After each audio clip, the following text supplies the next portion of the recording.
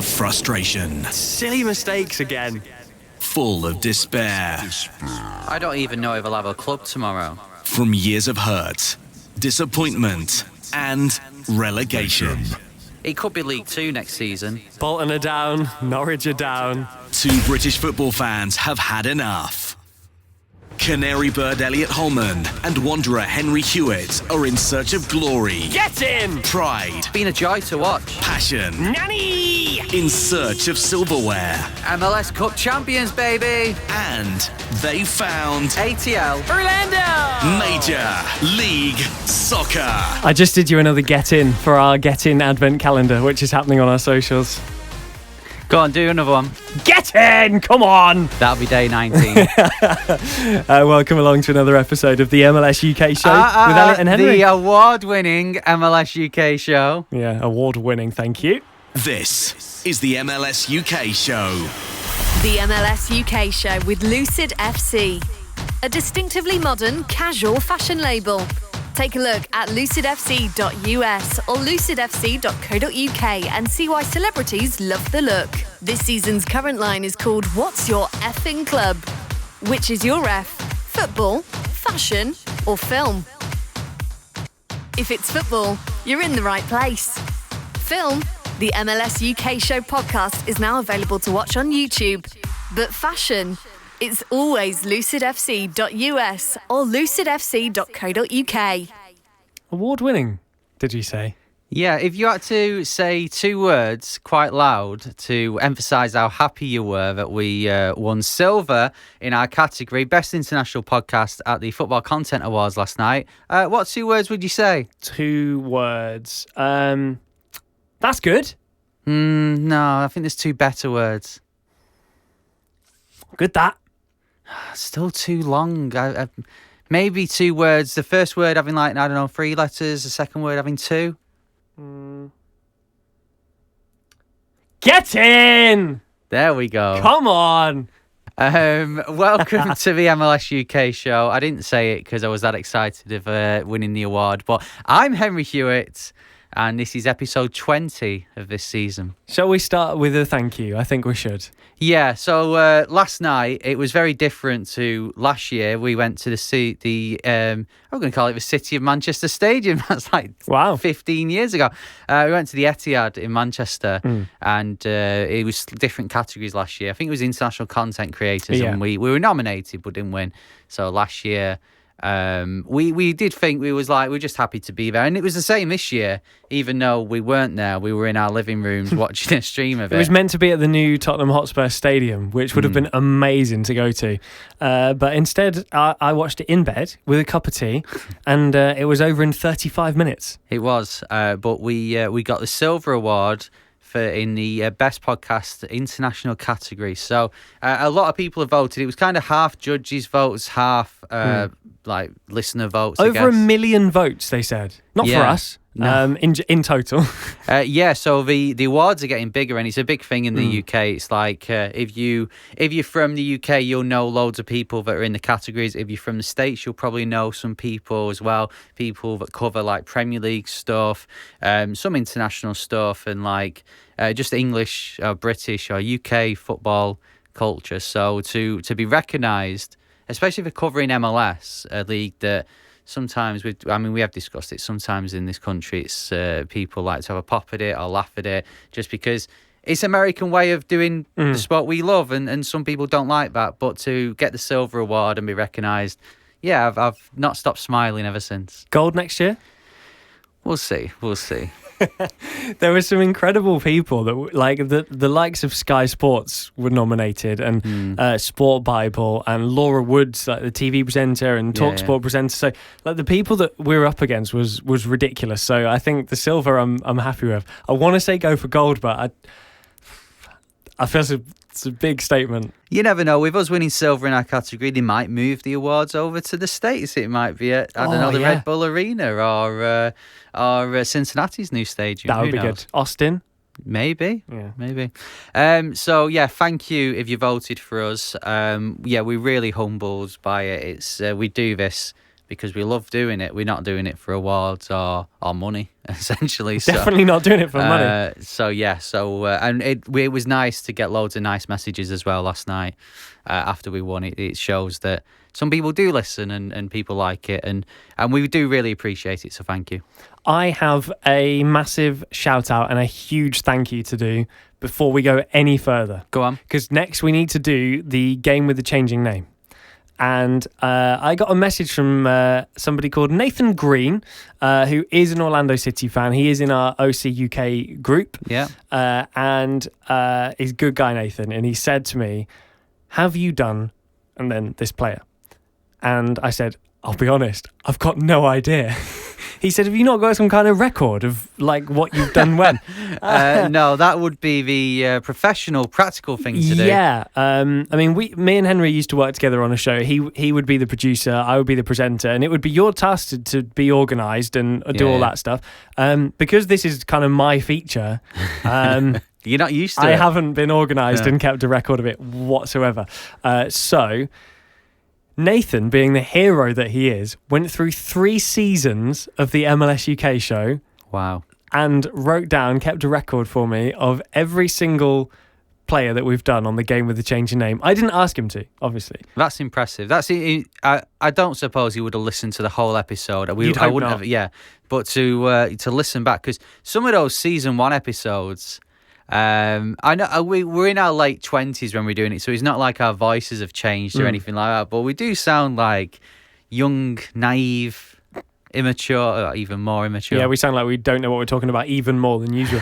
But Nathan, thank you so much. Him going back through the archives has allowed me to be confident that we've never done this player before, and I wouldn't have been sure, if I'm honest. I wouldn't have been sure about this. So the game with the changing name is where I will read you the career path of a player who has played in the UK and in MLS.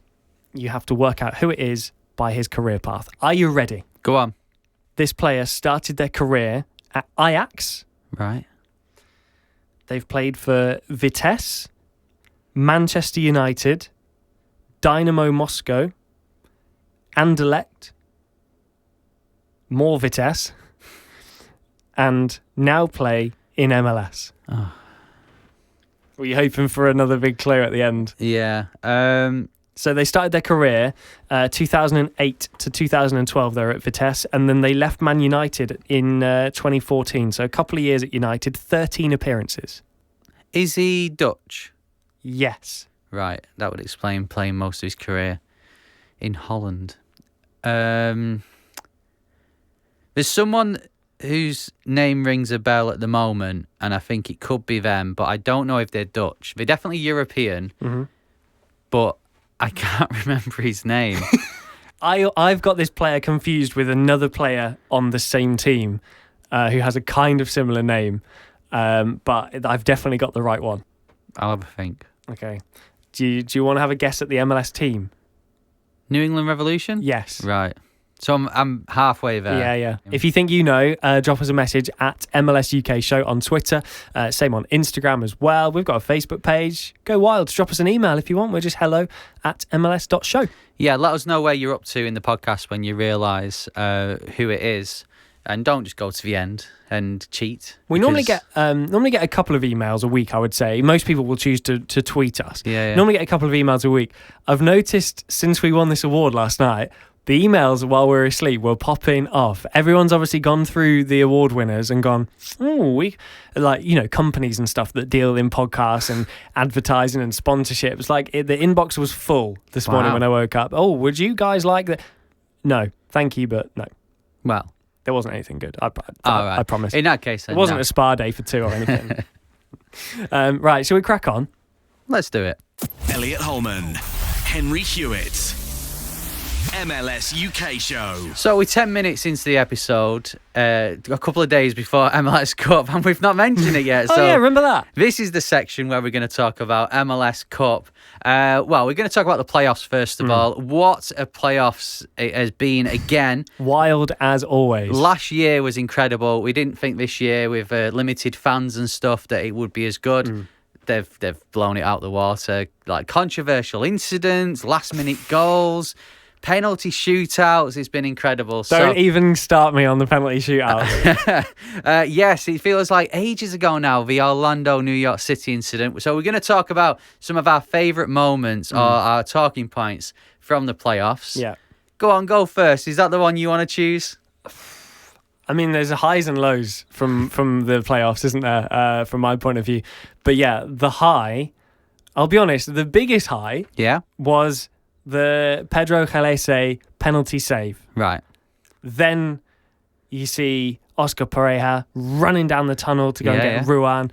The players are on the that for me was the moment, and of course then it was cruelly taken away. Then we all know what happened. That Schlegel went on, saved the penalty. It went on for 25 minutes, longest penalty shootout in MLS history. I would say it was definitely a high once it was all over. I couldn't sleep from the stress, and it was just like wow. So that's definitely a high. But I think the main 20 minutes of that penalty shootout was completely the opposite. It's a low point. Take Orlando out of it, right? It's not about the fact, because you'll agree with me, and I know you will. If that was Atlanta, if it was Chicago, whoever, Seattle, that shootout was an embarrassment for the league. It was awful. It was so bad. It was. The fact that it was the longest ever, 25 minutes. Yeah. The fact that they used to have penalty shootouts where they'd run for 10 minutes before shooting, and it was still the longest one. Yeah. No, I agree. And I was watching it. I didn't have a sound on because I've been doing some work with Manchester United, so I was at Old Trafford that night, and I was watching Orlando as the United were playing, which I think I was the only person doing that at Old Trafford. But I saw the goal go in. I turned the stream off, and then I'm just seeing all this on Twitter. So I text you going, what on earth is going on? I managed to get back onto it. Imagine having to explain to Henry via iMessage what was happening. Yeah, no one could do it on Twitter, so I had to ask you. But yeah, it is very MLS. I was having people text me afterwards going like, God, what happened in that game? Yeah. You know, people who don't watch MLS. So, I mean, the right team won. I think if you look at it, for me, if you look at that as a whole, then he did fractionally come off his line, so it was right. He shouldn't have sent him off. That was ridiculous, but it was right. But the whole VAR thing, the whole time it took to get to that point was just ridiculous. And we're having a lot of issues in England at the moment with VAR in the Premier League, and people are saying it's taking the excitement away. Like, you can't really celebrate a goal now until the other team have kicked off. Yeah. And this is not done VAR any good. I know there was an incident in the Seattle-Minnesota game as well, so VAR is a bit not really working at the moment in MLS, even though on the whole we think it has. But in terms of a penalty shootout, it's exciting anyway. It doesn't need any more excitement. As someone, can I ask you, because I don't want to weigh in on this. Let's not go on about it anymore, because you've just said everything that I would say. As not just an anti-Orlando fan, but as an Atlanta fan. Yeah. What are your honest opinions on what actually went down there? Do you think that it was ridiculous that he got sent off, that they retook the penalty 9 times, that they brought the sub-keeper on? Like, what are your thoughts, despite not liking Orlando? At the end of the day, rules are rules. So I think the thing with the substitution was, if you can't make a sub in a penalty shootout, you can't make a sub in a penalty shootout. If he's took his foot off the line, he's took a foot off the line, you've got to retake it. Sending him off was really harsh. I do feel that was ridiculous. And then the fact that he didn't overturn it was also ridiculous. But it's just MLS. The New York keeper then also had his foot off the line, and they didn't even look at it once. Yeah, but that's Sean Johnson. We like Sean Johnson. No, I do. I thought it was ridiculous, and I was glad Orlando won. Just because of that. Like, I thought it was a very equal game. It was a very equal. It weren't actually an equal penalty shootout because Orlando smashed it. Yeah. But it was very MLS. So it just made me laugh, and I thought this is why we love this league. And I think I tweeted the GIF of Anchorman just saying loud noises, because that's what it felt like just on Twitter going. Yeah. Like loud noises. But Orlando won and then went out to New England Revolution, so it didn't matter anyway in the end. Didn't turn up, I'll be honest. Didn't turn up in the first game, didn't turn up in the second game. I tweeted, you'll get no complaints from me because they were poor. They were really poor. Chris Mueller, I love you to death and I appreciate you coming on the podcast so much, and you're my favourite player, but nah, didn't happen in either game. Very poor. Oh well. Did I say get in, by the way? That's day... Get that in the advent calendar. Day 14. So New England Revolution then, we were talking about... We'll go through what our bracket predictions were in a moment, but New England Revolution going to Philadelphia and then Orlando and winning, and going to Columbus and putting on a good show as well. You almost kind of wanted them to go the whole way. You just think, well, if you're going to do that, let's go the whole way. Yeah, and fair play to them, because we said on the last... I will quote you here. You said, someone has to go to Philly and do a job. And New England Revolution went that job. Went to Philly and did a job. They did, and they were incredible. They looked great.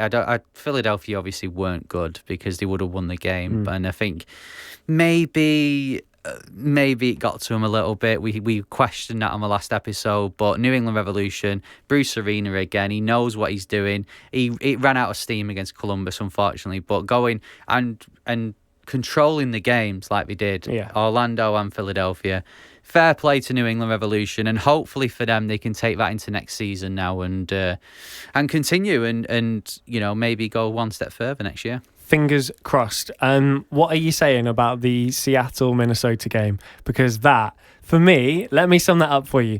Minnesota, who I backed, by the way, if you remember. You did, yeah. Minnesota are in the lead against Seattle, away from home, in the playoffs. And then what happened is the world suddenly went, wait a minute, no, this is Seattle in the playoffs. Yeah. You can't do that. And then, I mean, I'm not taking anything away from Seattle. Wow.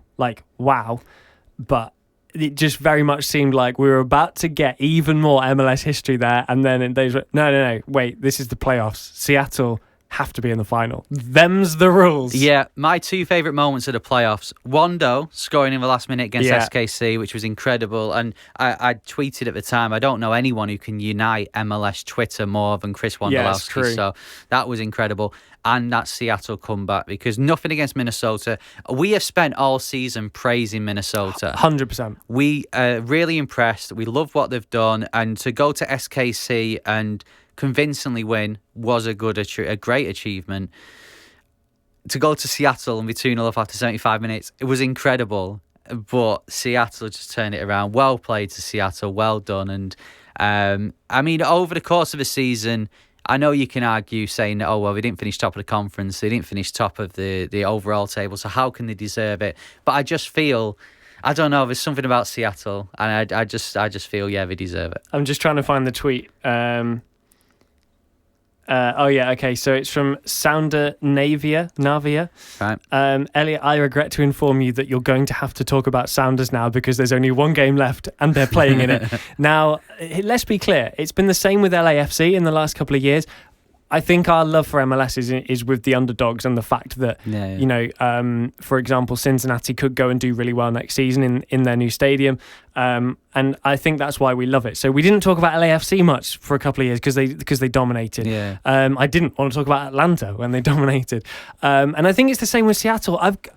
Seattle are the best team that I've seen in MLS. 100%. I got into MLS just after LA Galaxy's domination. And so all I've seen is, that iconic Roman Torres penalty winning it, in the final. Those are the ones that stick out for me. So Seattle, the reason that I don't touch on them, they're just always there. They're very consistent. They're very, very good. Schmetzer just knows how to do this, Bruce Arena.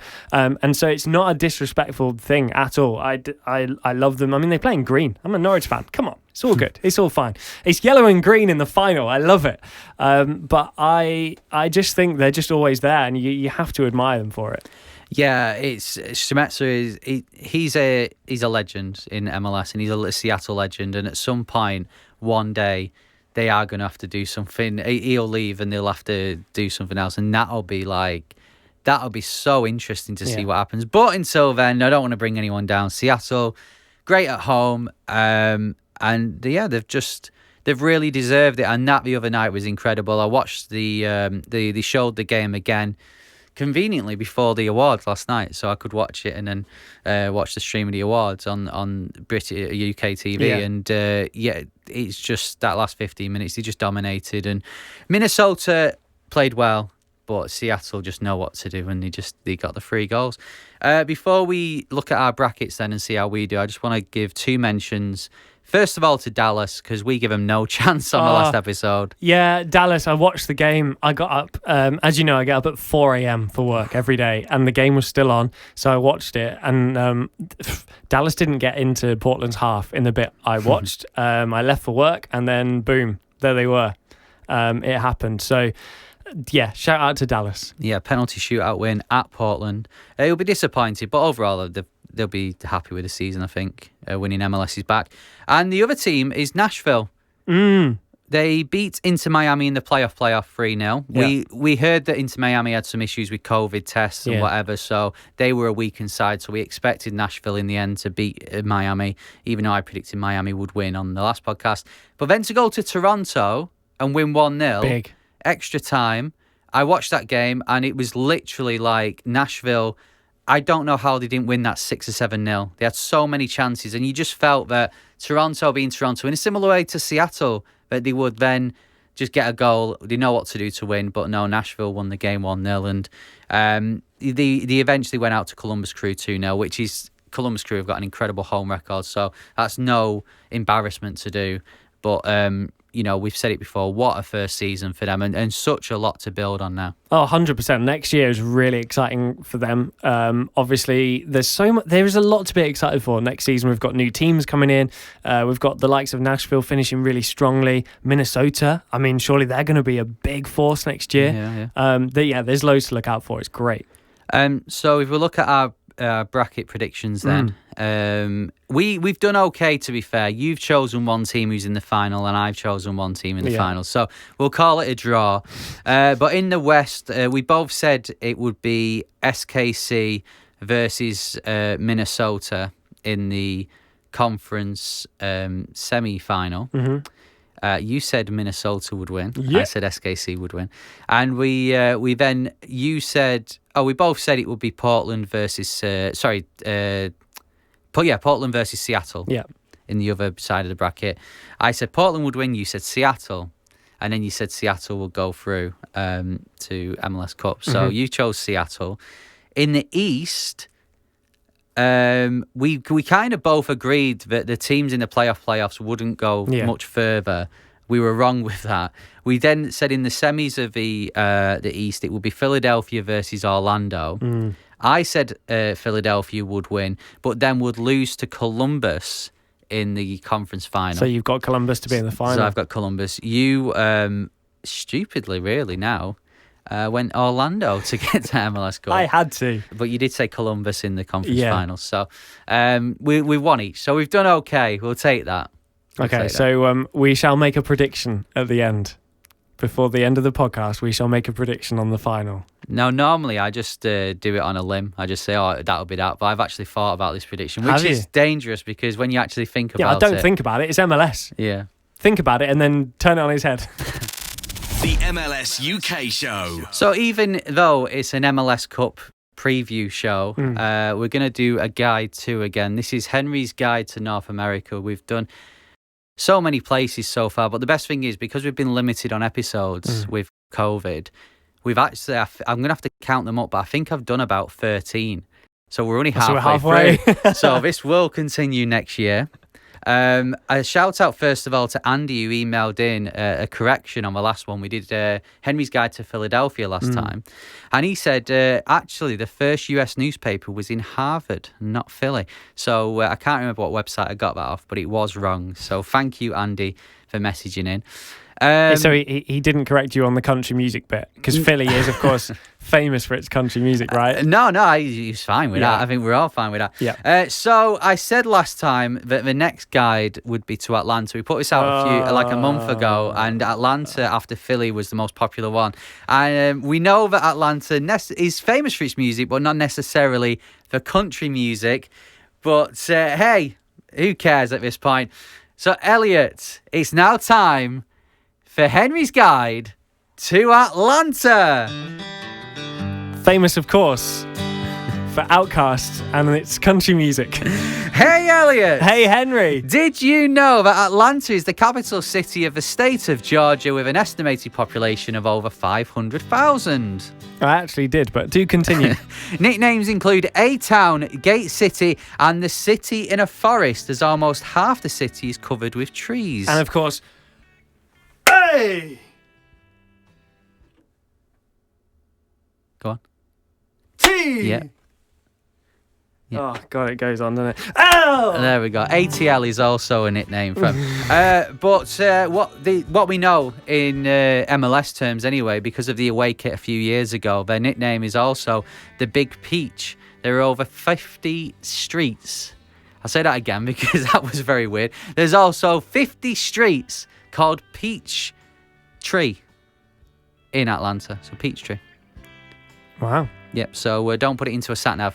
It's also been called the Hollywood, New York, and Chicago of the South. Oh, come off it. Come off it. Atlanta's airport, which famously I've been to, that's why I support Atlanta, on a connecting flight, is the busiest in the world, and that's because the majority of US big cities are within 3 hours of Atlanta, so that's why it's the busiest airport. The Varsity, world's largest drive-through. Oh, that's good. That is good. That's opened in 1920s. That's in Atlanta. It's like a drive-in sort of restaurant with drive-through. I'm here for that. It's also the birthplace of Coca-Cola, Atlanta. Famous people include Kanye West, who was born in Atlanta, Martin Luther King, Usher, Andre 3000, Hulk Hogan, the actress Chloe Grace Moretz, and Keenan from Keenan and Kel. Oh, yes. He's from Atlanta. Go. And finally, we love some weird, wonderful laws. We've got loads here in the UK. Mm-hmm. Apparently, it is legal for a pregnant woman to relieve herself in a policeman's hat. That is a law here in the UK. Atlanta have their own. It's illegal to put an ice cream cone in your back pocket and also to tie a giraffe to a telephone pole. They are some laws in Atlanta. And finally, Atlanta were at the Olympic Games in 1996 and they beat Manchester, my home city, to get the Olympics. So that is Henry's Guide to A T L. That's enough. Yeah. Move on now.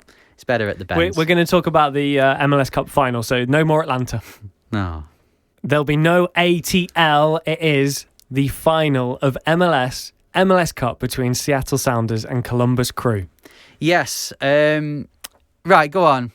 With you first. Where's your prediction? Who's winning and losing this one? I said that I think Crew will get to the final. Yep.